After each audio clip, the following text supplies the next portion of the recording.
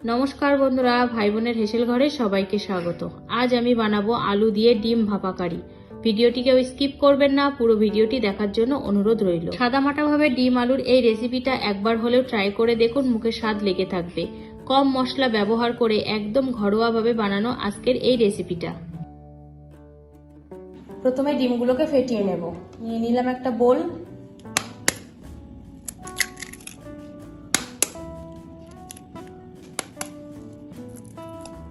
এবার এই ডিমের মধ্যে দিয়ে দিলাম 1/4 চামচ গোলমরিচ গুঁড়ো আর দিয়ে দিলাম কিছুটা পেঁয়াজ কুচি।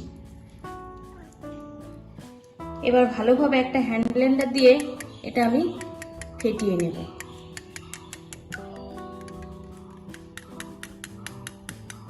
ডিমটা ভালোভাবে ফাটানো হয়ে গেছে। এবার ছোট সাইজের একটা থালা নিয়ে নিলাম, এর ভেতরে ডিমের গোলাটা ঢেলে দেব।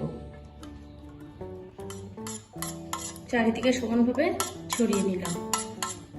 এবার এই ডিমটাকে ভাপে বসাবো। আগে থেকেই আমি গ্যাসে কড়াই বসিয়ে তার মধ্যে জল এবং একটা স্টিলের স্ট্যান্ড দিয়ে রেখেছি। এবার এর মধ্যে ওই ডিমের গোলা ঢেলেছি সেই থালাটা দিয়ে দিলাম। এখানে জলের পরিমাণটা এমনই দিতে হবে যেন থালার নিচটা জলের সাথে লেগে থাকে। এবার আমি এটা ঢাকা দিয়ে দিলাম।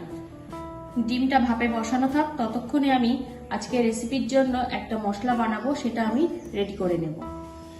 একটা ব্লেন্ডার জার নিয়ে নিলাম। এবার এর মধ্যে দিয়ে দিলাম 1 চামচ সাদা তিল এবং কয়েকটা কাজুর টুকরো, 1/2 চামচ টক দই আর দিয়ে দিলাম সামান্য একটু জল। একটা মিহি পেস্ট বানিয়ে নেব। মিহি পেস্ট আমার বানানো হয়ে গেছে। আর একটা মশলা আমি বানিয়ে নেব। প্রথমে দিয়ে দিলাম একটা মাঝারি মাপের টমেটো কুচি, কয়েকটা রসুন, 3 আদা স্লাইস, 4টে কাঁচা লঙ্কা আর দিয়ে দেবো সামান্য জল। সবকিছুর একটা পেস্ট বানিয়ে নেব। পেস্টটা রেডি হয়ে গেছে। এবার দেখবো ডিমটা কি পর্যায়ে আছে। ঢাকাটা খুলে নিলাম। দেখুন ডিমটা কিন্তু কাঁচা ভাবটা নেই। আমি একটা ছুরি ফুটিয়ে দেখবো। দেখুন সত্যি কিন্তু লাগছে না, তার মানে ডিমটা কিন্তু পুরোপুরি ভাপানো হয়ে গেছে। এবার আমি এটা নামিয়ে কিছুক্ষণের জন্য আমি এটা ঠান্ডা হতে দেব। ডিমটা বেশ ঠান্ডা হয়ে গেছে। এবার আমি এগুলো পিস পিস করে কেটে নেব।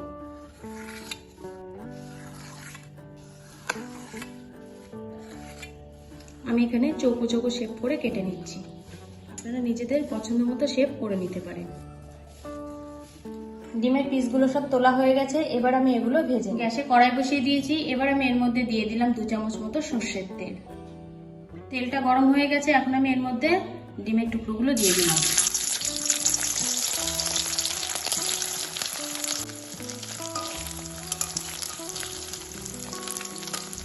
এপিট ওপিট হালকা ভেজে নিয়েছি। এবার আমি এগুলো তেল থেকে তুলে নিলাম। ডিমগুলো সব ভাজা হয়ে গেছে। কড়াইতে আমি আবারও 2 চামচ মতো সর্ষের তেল দিয়ে দিলাম। তেলটা গরম হয়ে গেছে। এখন আমি এর মধ্যে দিয়ে দিলাম 1/2 চামচ গোটা জিরে ফোড়ন, 2টো শুকনো লঙ্কা। ফোড়নটা হালকা একটু তেলে নাড়াচাড়া করে দেবো। ফোড়নটা হালকা একটু তেলে নাড়াচাড়া করে নিয়েছি। এবার আমি এর মধ্যে দিয়ে দেবো একটা মাঝারি মাপের পেঁয়াজ কুচি। পেঁয়াজটা তেলের সাথে হালকা ভেজে নেব। পেঁয়াজটা হালকা ভেজে নিয়েছি। এবার আমি এর মধ্যে দিয়ে দেবো যে রসুন, আদা ও টমেটোর পেস্ট করেছিলাম সেটা। সবকিছু তেলের সাথে কষিয়ে নেব। কাঁচা মশলাগুলো হালকা ভেজে নিয়েছি। এবার আমি এর মধ্যে দিয়ে দেবো মাঝারি সাইজ করে কেটে রাখা আলু। এবার আলুগুলো ভালোভাবে তেলের সাথে ভেজে নেব। 1 থেকে 2 মিনিট আমি আলুটা তেলের সাথে ভেজে নিয়েছি। এবার আমি এর মধ্যে দিয়ে দেবো আলুর পরিমাণে 1/4 চামচ লবণ। লবণটা দিয়ে আমি আবার 10 সেকেন্ড মতো একটু নাড়াচাড়া করে নেব। লবণ দিয়ে 10 সেকেন্ড মতন আমি আলুটা নাড়াচাড়া করে নিয়েছি। এবার আমি এর মধ্যে অ্যাড করবো কিছু গুঁড়ো মশলা। প্রথমে দিয়ে দিলাম 1/2 চামচ মতো কাশ্মীরি লঙ্কার গুঁড়ো, 1/2 চামচ হলুদ গুঁড়ো, 1/2 চামচ ধনে গুঁড়ো, 1 চামচ জিরে গুঁড়ো, 1/2 চামচ গোলমরিচ গুঁড়ো। সব মশলাগুলো ভালোভাবে কষিয়ে নিচ্ছি। মশলা যাতে তলায় লেগে না যায় দিয়ে দিলাম সামান্য একটু জল। ভালোভাবে 30 সেকেন্ড মতো কষিয়ে নেব। মশলাটা আমার ভালোভাবে কষানো হয়ে গেছে। গা দিয়ে তেল সেপারেট হতে শুরু করেছে। এবার আমি এর মধ্যে দিয়ে দেবো কাজু এবং সাদা তিলের যে পেস্ট করেছিলাম সেই পেস্টটা। বাকি দেওয়া জলটাও দিয়ে দিলাম। সব কিছুকে আবারও ভালোভাবে কষিয়ে নেব। সব কিছুকে আলুগুলোকে আবারও ভালোভাবে কষিয়ে নিয়েছি। এবার আমি এর মধ্যে দিয়ে দেব 1.5 কাপ মতো গরম জল, কারণ এখানে আলুগুলো একটু মোটা আছে, সিদ্ধ হতে একটু সময় লাগবে, সেই জন্য আমি এখানে 1.5 কাপ মতো গরম জল দিয়ে দিলাম। সব কিছু ভালোভাবে ঝোলের সাথে মিশিয়ে নেব। এবার দিয়ে দেবো ঝোলের আন্দাজে 1/2 চামচ লবণ, 1/4 চামচ হলুদ গুঁড়ো। লবণ ও হলুদটা মিশিয়ে নেব। ঝোল ফুটতে শুরু করেছে, এবার আমি এর মধ্যে ভেজে রাখা ডিমগুলো দিয়ে দেব।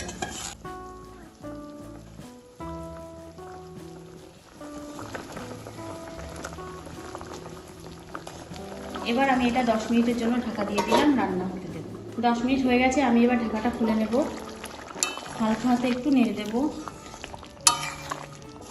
আলু সিদ্ধ হয়েছে কি একটু দেখব। আলু সিদ্ধ হয়ে গেছে। এবার আমি এর মধ্যে দিয়ে দেবো 1/4 চামচ গরম মশলা গুঁড়ো। আবারও আমি 2 মিনিটের জন্য ঢাকা দিয়ে দিলাম। 2 মিনিট পর আমি ঢাকাটা খুলে দিলাম। গ্রেভিটা কিন্তু অনেকটাই শুকিয়ে গেছে, ঘন হয়ে গেছে। হালকা হাতে একটু নেড়ে দেবো।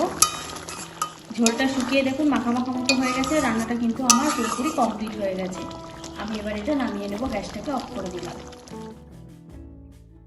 আজকের রেসিপিটা তাহলে এই পর্যন্ত। যে সকল নতুন বন্ধু আমার ইউটিউব চ্যানেল থেকে দেখছেন তারা অবশ্যই চ্যানেলটিকে সাবস্ক্রাইব করে দেবেন, আর যে সকল বন্ধুরা ফেসবুক থেকে দেখছেন তারা অবশ্যই ফেসবুক পেজটিকে ফলো করে দেবেন।